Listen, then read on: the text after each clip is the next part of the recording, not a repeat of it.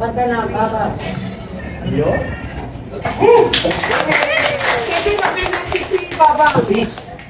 Sa friends ko, actually nahalata ako na kanina kasi dun sa parking nandun yung sasakyan nila Tita Duday, nila Much. Kaya sabi ko, pag magpa-photoshoot dito pang-event nga yung place na to. Pero hindi ka na-expect na kasama yung friends ko.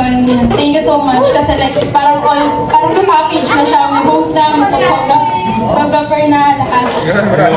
Hindi ko naman na-expect na magkakaroon ng ganito kasi nga yung mga nangyari, naiintindihan ko naman yun. Thank you so much, Manda, sa lahat ginawa niya ng paraan kahit na mahirap. And thank you so much sa mga tita ko, sa mga pinsan ko na sobrang na-appreciate ko. Kasi hindi ko naman, like, tanggap ko na kasi sa akin na okay na hindi matutuloy yung demo ko. Pero hindi masama yung sa loob ko kasi may mga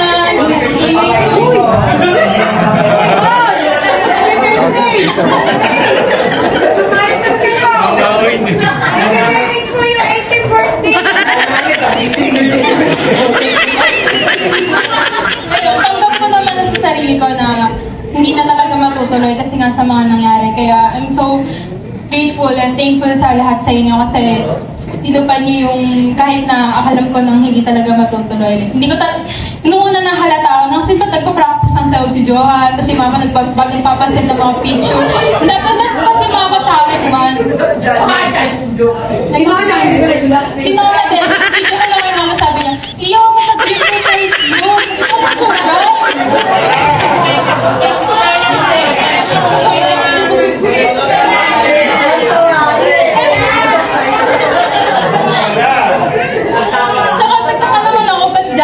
May mga ganito pa, may cake pa, tapos nagpaano si Mama sa akin ng dress. Thank you so much sa lahat. Mahal na mahal ko kayong lahat.